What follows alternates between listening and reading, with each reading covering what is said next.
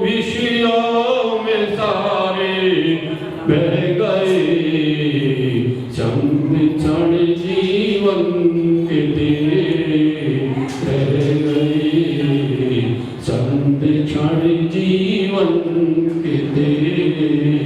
तेरा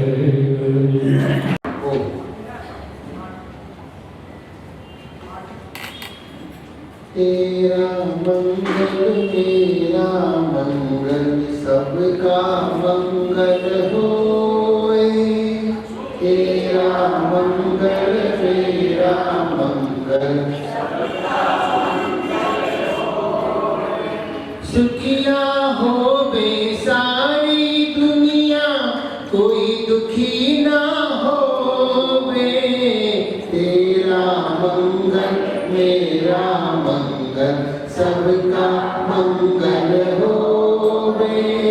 तेरा मंगल मेरा मंगल सबका मंगल होवे। कण कण मंगल क्षण क्षण मंगल जन जन मंगल होवे। कण कण मंगल क्षण क्षण मंगल सबका मंगल होवे। हे प्रभु निज मंगल के पहले जग का मंगल होवे। तेरा मंगल मेरा मंगल सबका मंगल होवे। सुखिया होवे सारी दुनिया कोई दुखी ना होवे। तेरा मंगल मेरा मंगल सबका मंगल होवे। देखिए किस किस का मंगल होना चाहिए।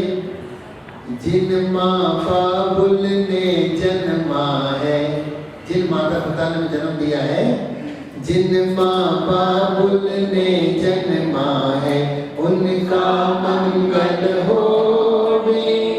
जिन बंधु ने पाला पोसा उनका मंगल होवे। तेरा मंगल मेरा मंगल सबका मंगल होवे। सुखिया होवे सारी दुनिया कोई दुखी ना होवे। तेरा मंगल मेरा मंगल सबका मंगल होवे। जिन मित्रों ने हमें संभाला उनका मंगल होवे। जिन मित्रों ने हमें संभाला उनका मंगल होवे। जिन गुरुओं ने ज्ञान दिया है उनका मंगल होवे। तेरा मंगल मेरा मंगल सबका मंगल होवे। तेरा मंगल मेरा मंगल सबका मंगल होवे। हे प्रभु निज मंगल के पहले जग का मंगल होवे। तेरा मंगल मेरा मंगल सबका मंगल होवे। जो धरती नभ आश्रय देते, जो नभ धरती आश्रय देते उनका मंगल होवे।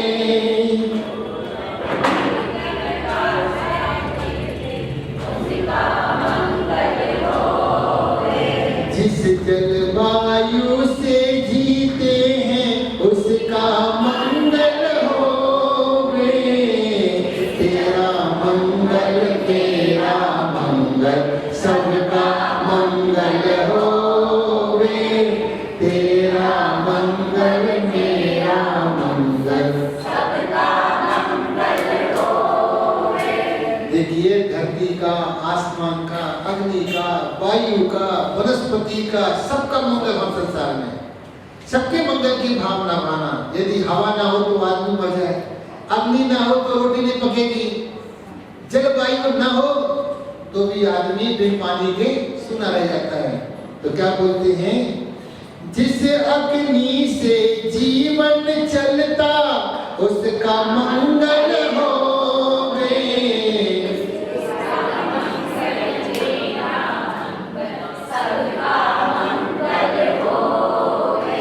जिन तरुओं से भोजन वृक्षों से हमें फल मिलते हैं उनका भी कल्याण होना चाहिए। जिन तरुओं से भोजन मिलता उनका मंगल होवे, तेरा मंगल मेरा मंगल सबका मंगल होवे। कण कण मंगल क्षण क्षण मंगल जन जन मंगल होवे, तेरा मंगल मेरा मंगल सबका मंगल होवे। हम जिस दुनिया में रहते हैं उसका मंगल होवे, हम जिस दुनिया में रहते हैं उसका मंगल होवे। हम जिस भारत देश में रहते उसका मंगल होवे, तेरा मंगल मेरा मंगल सबका मंगल होवे। सुखिया होवे सारी दुनिया कोई दुखी ना होवे, तेरा मंगल मेरा मंगल सबका मंगल होवे।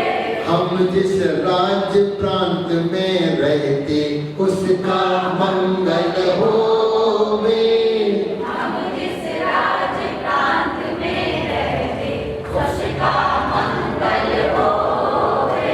हम जिस नगर शहर में रहते उनका मंगल होवे, तेरा मंगल मेरा मंगल सबका मंगल होवे। सुखिया होवे सारी दुनिया कोई दुखी ना होवे, तेरा मंगल मेरा मंगल सबका मंगल होवे, तेरा मंगल मेरा मंगल सबका मंगल होवे। बोले महावीर भगवान की जय। इसमें कोई तंग नहीं थी भगवत भजन की।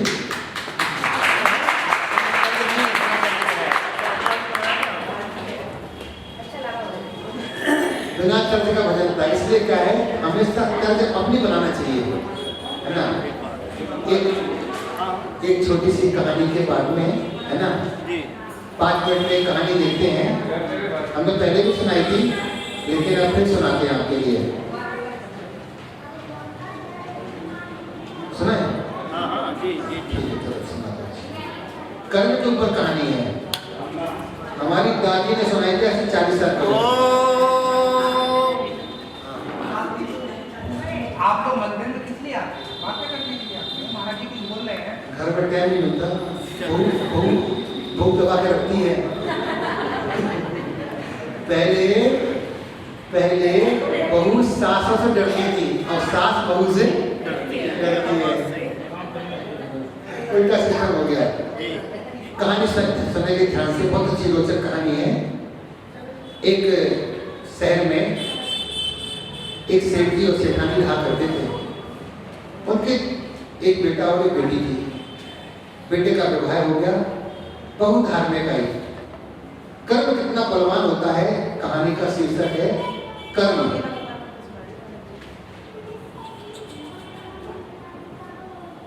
तो वे सेठ जी का जो बहू आई थी घर में, लड़के की पत्नी, वो बड़ी धार्मिक आई थी। कोई भी दरिद्र, कोई भी गरीब, कोई भी असहाय व्यक्ति उसके दरवाजे प्रातः में कुछ ना कुछ जरूर देती थी।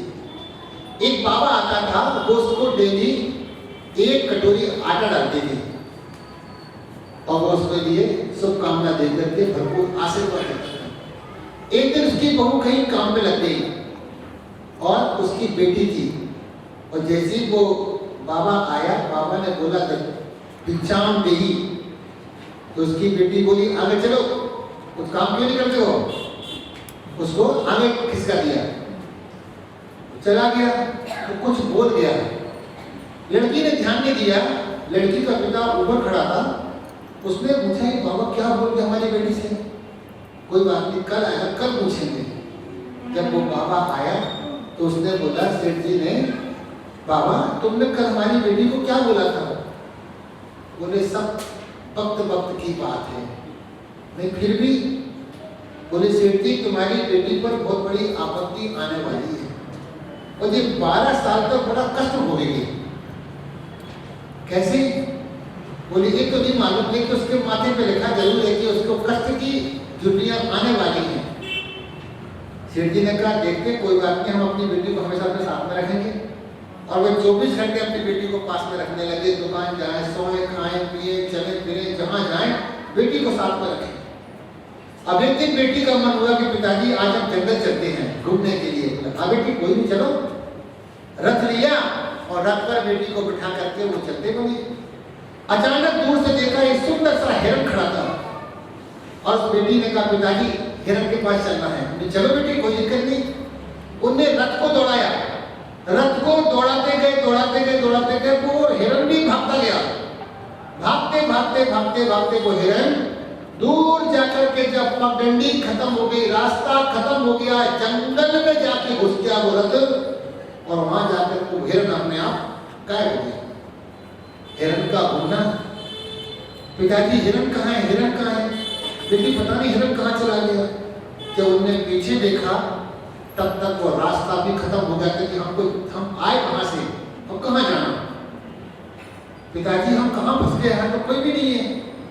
उन्होंने पेड़ पर चढ़ करके ऊपर से देखा शायद कोई नजर आ जाए। उन्हें दूर एक पगडंडी नजर आई। पगडंडी का मतलब होता है यहाँ कोई ना कोई होना चाहिए, कोई व्यक्ति होगा, मकान होगा, घर होगा, कोई ना कोई तो होगा। बोले बेटी वहां दूर देखो हमको दिख रहा है। वह बोली पिताजी हमको प्यास लग रही है, पानी पीना है। बोले कोई नहीं बेटा, हमको पानी पीना, हमको प्यास लगी है, चलते अपन पगडंडी पे। दूर से देखी पगडंडी नजर आई तो अपने रथ को लेकर के वहां पहुंचे। सुंदर सा महल बना था। वो महल को देख करके लग नहीं रहा था कि इतने बड़े महल में कोई रहता होगा। वह दूर से देखा तो पास में जाकर के देखा तो कुछ मटके वगैरह पानी के, ठंडे पानी के भरे हुए थे। पानी की प्यास थी। वस्तु की कीमत तब है मिलने के पहले और खो जाने के बाद। आदमी खोने के बाद और वस्तु मिलने के पहले इसकी कीमत होती है। अब जब देखा पानी सामने भरा है, प्यास लगी है, उन्होंने कहा बेटी एक काम करो, तुम जल्दी जा बेटा पानी लेकर के आओ अंदर से। लड़की जाती है, एक छोटी सी मटकी लेकर के आती है, पिताजी को दी, पिताजी ने पिया। बोले पिताजी हमको भी प्यास लगी है। बोले कोई बात नहीं, तुम भी बेटा। वो अंदर जाती है पानी पीने के लिए, तभी वो दरवाजा अपने आप बंद हो जाता है। दरवाजा बंद हुआ, बाहर पिताजी, अंदर बेटी। वो एक दूसरे को पुकारते रहे बेटी बेटी बेटी। वो बेटी अंदर से बोलती पिताजी पिताजी पिताजी। 1 दिन तक, 2 दिन तक, 3 दिन तक दोनों इंतजार करते रहे, लेकिन वो दरवाजे अपने आप बंद हो गए। कैसे बिछुड़ गए, पिता अलग हो गया, बेटी अलग हो गई। 3 दिन तक वह बेटी वहां पर बैठी रही। 1 दिन, 2 दिन, 3 दिन बाद उसको होश आया। उसने कि क्या करना चाहिए। पिताजी ने कहा बाबा ने सही कहा था कि तुम्हारी बेटी तुम्हारे हाथ से चली जाएगी। वह अपने कर्म की अनहोनी गति मानते हुए पिताजी वापस आ जाते हैं अपने घर और समय का इंतजार करने लगते हैं। तभी वह लड़की उठ करके बेटी अंदर जाती है तो देखती हो तो बहुत सारे कमरे बने, पूरा महल है, लेकिन महल में एक भी आदमी नहीं, पूरा महल खाली पड़ा है। एक कमरे में दूर से ही पर्दा हिल रहा है, हवा आ रही है। पास में जाके देखते तो एक पुरुष कोई बिस्तर पर लेटा हुआ है। ये कौन है भैया? डरते डरते वहां पहुंची। जैसे उसने चद्दर खींची एकदम वो डर गई। सिर से लेके पैर तक उसके शरीर में कील लगी है, कील है, वो कीलें चुभी हुई हैं और वहां पर एक कागज रखा हुआ है और उस पर लिखा है कि यह व्यक्ति अभिशापित है, जिस महल का राजकुमार है और 1 दिन में 1 कील निकालना है और 12 वर्ष में सारी कीलें निकलेंगी। 1 दिन में 1 कील निकालना है। उसको भी ध्यान आया। वह 2 बार गई, 3 बार गई, दरवाजा पूरा वज्र का बन गया, दरवाजा हमेशा के लिए बंद हो गया अपने आप। उसने कहा चलो 1 कील वो रोज निकालती जाती। पैर से निकालना शुरू किया, एक दिन की एक कील निकाली, दिन भर अपने गुमसुम रहती थी, उसकी बुद्धि भी नहीं जागी। जब 12 वर्ष में 2 दिन बाकी रह गए, तब उसको बाहर से अचानक दूध बेचने वाली की आवाज आई कि दूध ले लो, मट्ठा ले लो, दही ले लो।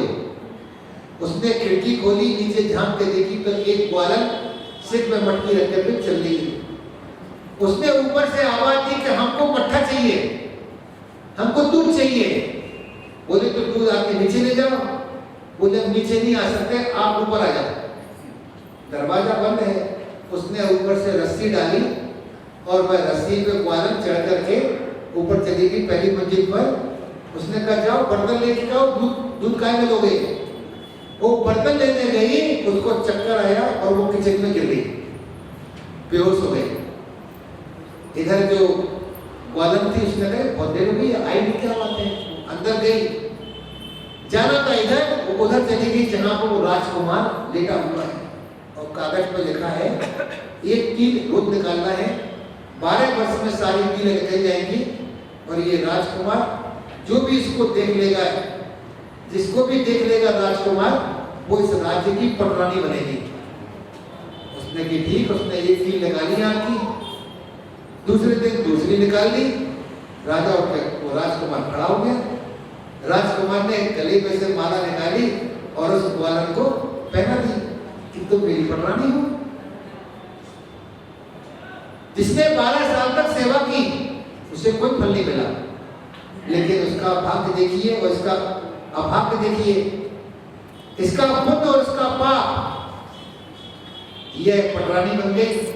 जैसी माला गले में मिली उसको होश आया, कपाट अपने आप खुल गए, प्रजा अपने आप आ गई, राज अपने आप सज गया। 2 दिन बाद राज तिलक, राजकुमार का राज तिलक होगा और इस लड़की के लिए पटरानी की पदवी मिलेगी। अचानक गाजे बाजे की आवाज आई, संगीत की आवाज आई, लोग का आना प्रारंभ हुआ। उसकी आंख खुली, अरे मैं कहां पड़ी, तो रसोई घर में है, किचन में है। उसने कहा ये आवाज कैसी आ रही है। उसने जाके देखा तो नीचे देखा तो पूरी राजसभा सजी हुई है। अरे ये क्या हो रहा, ये तो हमको मिलना था, ये सारा तो हमको मिलना था, सेवा तो हमने 12 साल की। लेकिन अब कहने से क्या फायदा, जब सज गया पूरा घर दरबार, अब कोई फायदा नहीं है। फिर अपने बेचारी को दासी बन गई और उसी राजकुमार के महल में रहने लगी। थोड़ा समय बीता, एक दिन राजकुमार परदेश जा रहा था और उसने पटरानी से पूछा, महारानी तुम्हें कोई चीज की आवश्यकता तो नहीं है, हम 1 सप्ताह के लिए बाहर जा रहे हैं, 1 सप्ताह में लौट करके आएंगे, तुम्हें कोई सामग्री चाहिए हो तो बताओ। उसने कहा हाँ चाहिए ना। जो जिस माहौल में रहता है उसकी सोच भी वैसी हो जाती है। महिलाओं को तुम कभी पूछ लो साड़ी चाहिए, हाँ चाहिए ना, वो कभी भी मना नहीं करेंगे आपके लिए। सूट का बोलो हाँ चाहिए ना, क्यों नहीं चाहिए, चाहिए। ऐसी उसने भी लिस्ट बना दी पूरी, हमको ये सामान चाहिए, पाजेब चाहिए, कंगन चाहिए, मंगलसूत्र चाहिए, साड़ी चाहिए, सारे सामान की लिस्ट बना दी। ठीक है चलो ले आएंगे। जब वो बाहर जाने लगा उसको याद आया, अरे हमारे महल में दासी भी रहती है, उससे भी पूछ लेते कोई सामान चाहिए हो तो। वह दासी के पास गया। राजकुमार बोले, दासी तुम्हें कुछ सामान चाहिए हो तो बता दीजिए। बोले कुछ नहीं चाहिए, जो मेरे भाग्य में था वो मेरे को मिल गया, अब मेरी कोई आशा नहीं है। फिर भी कुछ तो बोलिए। बोले नहीं हमें कुछ नहीं चाहिए। अरे हम इतने जा रहे हैं, इतने दिनों बाद जा रहे हैं।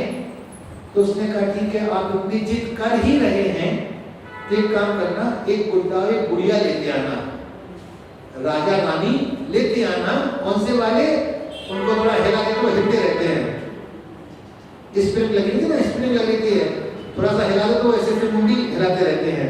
बोले ऐसे वाले लाना हमको। ठीक है। 1 सप्ताह के बाद में राजकुमार वापस आते हैं, पटरानी का सामान पटरानी को देते हैं, दासी का सामान दासी को देते हैं। दासी देखती है अरे बहुत सुंदर है, और वो क्या करती है, अपने कमरे में दोनों को खड़ा कर देती है, फिर दोनों के सामने बहस करती है। रानी को खड़ी कर देती है तो राजा से बोलती है, राजा तुमने अच्छा नहीं किया, देखो इसने तुम्हारी 12 साल तक सेवा करी, 2 दिन मात्र रह गए थे कि तुमने इसका न्याय किया। फिर वो बोलती इधर से, इसमें मेरा क्या दोष है, मेरा क्या दोष है, मेरे को तो सामने दिखा था, उसको मैंने बरमाला पहना दी, मेरा क्या दोष है। अरे दोष नहीं, थोड़ा आप विचार तो करते। भाई ऐसी ही चर्चा करने लगी, कभी राजा की ओर से, कभी रानी की ओर से, कभी राजा की ओर से, दोनों का संवाद करने लगी। एक दिन पटरानी ने उसने कहा, महाराज हमारी दासी के कमरे में कोई रात को मिलने आता है। कौन आता? हमने देखा तो नहीं, सुना है दासी रात में किसी से बात करती है। कोई बात नहीं, आज दूध का दूध पानी का पानी हो जाएगा। वह रात को पहुंचता है 12 बजे और वो आपसी में वार्तालाप चल रहा था। राजकुमार ने दरवाजा खटखटाया, दासी दरवाजा खोलो। दासी बोली इतने रात में कौन आया? दरवाजा खोला तो राजन, हाँ क्या बात है, तुम्हारे कमरे में तुमसे मिलने कौन आता है? बोली कोई नहीं आता। बोली कोई तो है, हमने खुद कानों से सुना है, आप किससे बात करती हैं? कोई नहीं है, देखिए एक ही दरवाजा है, खिड़की भी नहीं है, एक ही दरवाजा है, इसी से आते हैं जाते हैं। नहीं नहीं, तुम्हारे कमरे में कोई था। अब इनको कैसे समझा कौन था? महाराज कोई नहीं था। नहीं दासी तुम झूठ मत बोलो, कोई तुम्हारे कमरे में था। इतने में वो अभी पटरानी, अब पूछिए ना दासी से कौन था? हमने भी सुना, आपने भी सुना अपने कानों से। देखो दासी, तब उसने जाके कहा महाराज मेरी बात छोड़िए, इनका न्याय कर दीजिए। ये राजा है, ये रानी है, इनका न्याय क्या करना है? महाराज ये शुरू से उसने कहानी सुनाना प्रारंभ की। ये राज सेठ की पुत्री है और ये किसी कारण से एक साधु ने उसको कोई वचन बोला, जिसके प्रभाव से ये अपने पिताजी के साथ जंगल आई। रास्ता भटक गई, प्यास लगी, महल में आए, पानी पिया, पानी पिलाया और दरवाजा अपने आप बंद हो गया। इसने 12 साल तक इसकी सेवा की। मात्र 2 दिन रह गए थे राजन। 2 दिन में कोई दूसरा व्यक्ति इसका फल ले गया। आप निर्णय कर दीजिए, जिसने 2 दिन सेवा करी उसके लिए पटरानी का पद मिलना चाहिए या जिसने 2 दिन सेवा करी उसको मिलना चाहिए? राजन बोला जिसने 12 साल तक सेवा की है उसको पटरानी पद मिलना चाहिए। तो उसने कहा फिर हमारे साथ में अन्याय क्यों हुआ? कैसे हुआ? महाराज ये मैं हूं और ये आप हैं। राजन ने उसी समय अपने गले में से माला निकाली और उस लड़की को पहना दी। आज से तुम मेरी पटरानी बनोगी। कर्म कैसी गति देता है, कर्म कहां से कहां ले जाता है। हम तो केवल कठपुतली हैं, चलते रहते हैं, चलाने वाला कोई है, नचाने वाला और कोई है, हम तो नाचते रहते हैं। लोग हमें उल्लू बनाते रहते हैं और हम उल्लू बनते रहते हैं। एक कर्म है, कर्म किसी को नहीं छोड़ता है, कर्म किसी को माफ नहीं करता है। जैसा कर्म करोगे वैसा उसका फल मिलेगा। बोले महावीर भगवान की।